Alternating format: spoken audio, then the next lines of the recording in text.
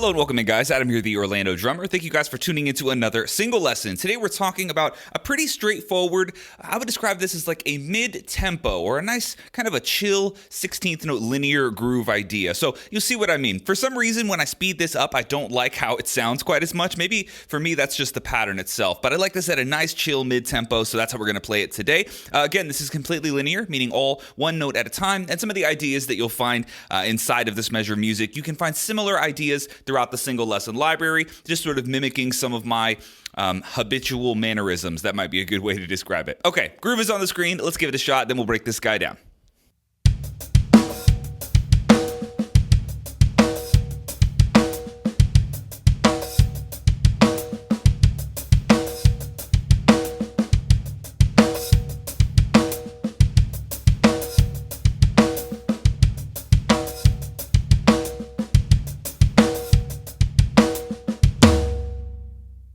All right, now this is a linear pattern, meaning everything happens one note at a time, so that's exactly how we're going to learn it in today's lesson. So let's start out with our first four notes inside of beat one, all 16th notes here. So 1, E, and is kick, left, right, kick. Now, I'm notating it with a left-hand lead here. I'm gonna play a very similar pattern with the left-hand lead again in this measure. It's up to you if you want to adhere to that.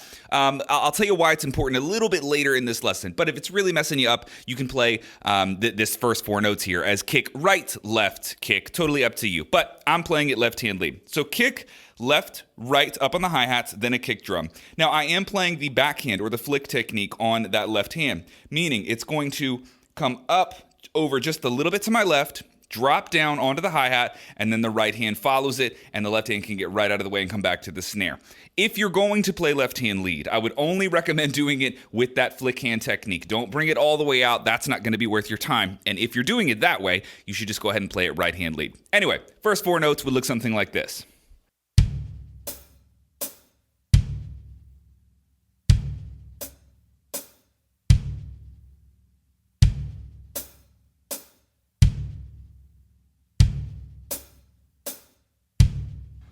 Okay, moving on to beat two. We have a little bit more going on here, 2, E, and We obviously have our left hand backbeat. That's the loud accented snare on the downbeat of 2.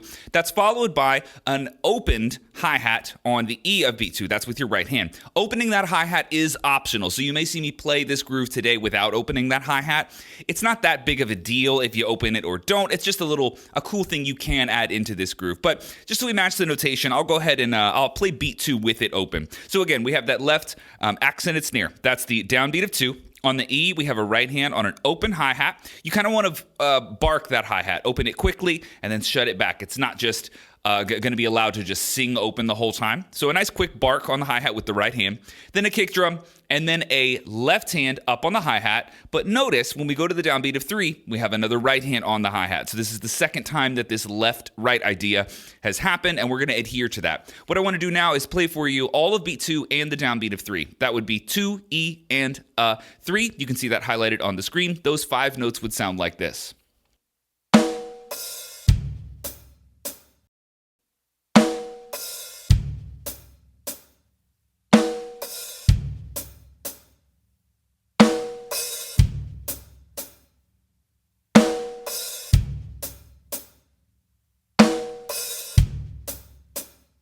Notice that I am closing the right hand, that open hi-hat, the second note. I'm closing that hi-hat when I play the kick drum that falls on the next note, right? So we're open on the E, and then we close it with the kick drum on the and. Check it out, a little bit faster.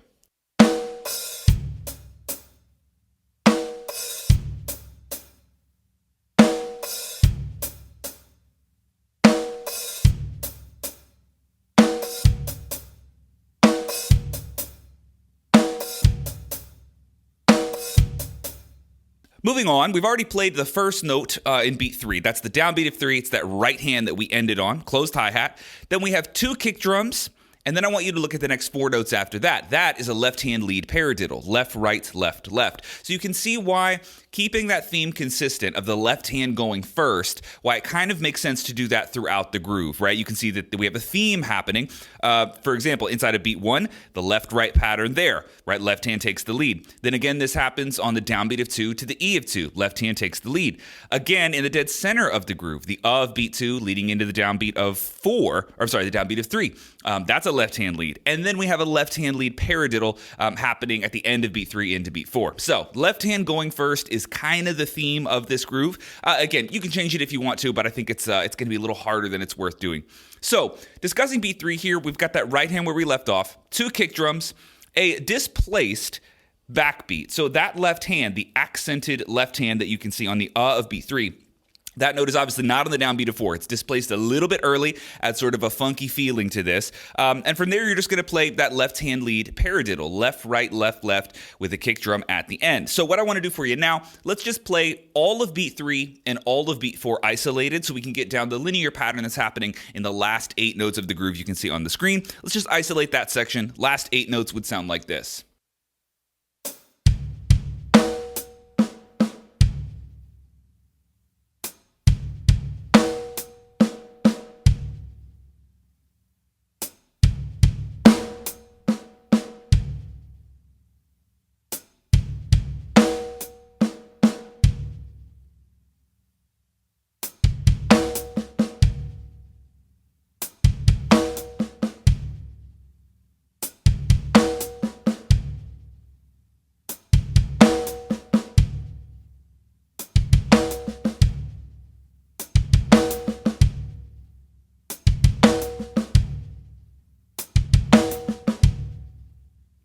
And now all we have to do is connect this thing together. We're going to play this really painfully slow at first, a nice practice tempo where you can hopefully follow along each note as it passes. Super, super slow. Then we're going to go to a nice medium practice tempo, somewhere you can kind of hang out and just push the boundary on this thing. And then I'll take you all the way up to the speed where I think this sounds best. Now, because this is a linear pattern comprised of mostly, singles and doubles between hands and feet, the speed potential is very high. You could crank the speed on this for sure and work out what it might sound like. But again, I think this is a really comfortable home tempo, just a little bit slower than that. So that'll be the final example I show you today. Okay, groove is on the screen. Let's try it out. 3 tempos, guys. Here we go.